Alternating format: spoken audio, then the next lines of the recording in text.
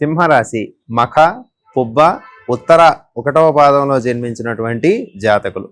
సింహరాశి వారికి వార ప్రారంభంలో అనుకూల స్థితులు ఉన్నప్పటికీ కూడా వార మధ్యమం నుండి చికాకులు ఏర్పడడానికి అవకాశం ఉంటుంది. రవి భగవానుడు చతుర్థ స్థానంలో సంచారం చేయడం, తద్వారా మానసికమైనటువంటి శారీరకమైనటువంటి రుగ్మతలు ఏర్పడడానికి అవకాశం ఉంటుంది. కేతువు సింహరాశిలో సంచారము వలన ధనక్షయం అవ్వడానికి, రోగానికి సంబంధించి ఖర్చులు పెరగడానికి అవకాశం ఉంటుంది. దూర ప్రాంత ప్రయాణాలు చేయడం, సంచారం చేయడము మరియు తద్వారా రోగాలను కొని తెచ్చుకోవడానికి అవకాశం ఉంటుంది.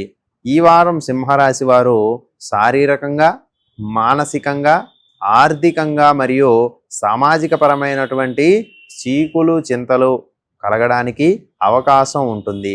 కాబట్టి శ్రీ మహావిష్ణువు యొక్క ఆరాధన చేత సింహరాశి వారు కొంత ఉపశమనాన్ని పొందడానికి అవకాశం ఉంటుంది. బంధువులతో మిత్రులతో చికాకులు ఏర్పడడానికి మరియు వారి ద్వారా గొడవలు కలహాలు కలగడానికి అవకాశం ఉంది. కాబట్టి మాటలు జాగ్రత్తగా ఉపయోగించడం అవసరము. మాటలలో పొదుపు అని చెప్పబడి ఉంటుంది కాబట్టి ఆ పొదుపును వాడినప్పుడు మాత్రమే సింహరాశి వారికి పేరు ప్రఖ్యాతలు, దర్పము, గౌరవము మిగులుతాయి. లేని పక్షంలో ఎదుటి వ్యక్తి హీనంగా చూసేటప్పుడు ఈ జాతకులు భరించలేరు. కాబట్టి మానసిక క్షోభ కలగడానికి ఈ వారం అవకాశం ఉంటుంది. కాబట్టి సింహరాశి వారు 1కి 4 సార్లు ఆలోచించి మాట్లాడడం, గురువులు పండితుల యొక్క సలహాలను తీసుకోవడం వీరికి మంచి మార్గాన్ని కలుగజేస్తూ ఉంటుంది. శుభకార్యాల కోసం ధనాన్ని ఖర్చు పెడుతూ ఉంటారు. పశువులకు కొంత అనారోగ్య పరిస్థితులు ఏర్పడుతూ ఉంటాయి. స్థాన చలనాన్ని సూచిస్తూ ఉంటుంది.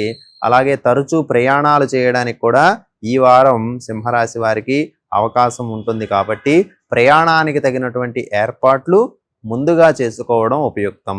లేని పక్షంలో ప్రయాణాలలో ఇబ్బందులు జరగడానికి, కొన్ని దొంగతనాలు జరగడానికి కూడా అవకాశం ఉంటుంది.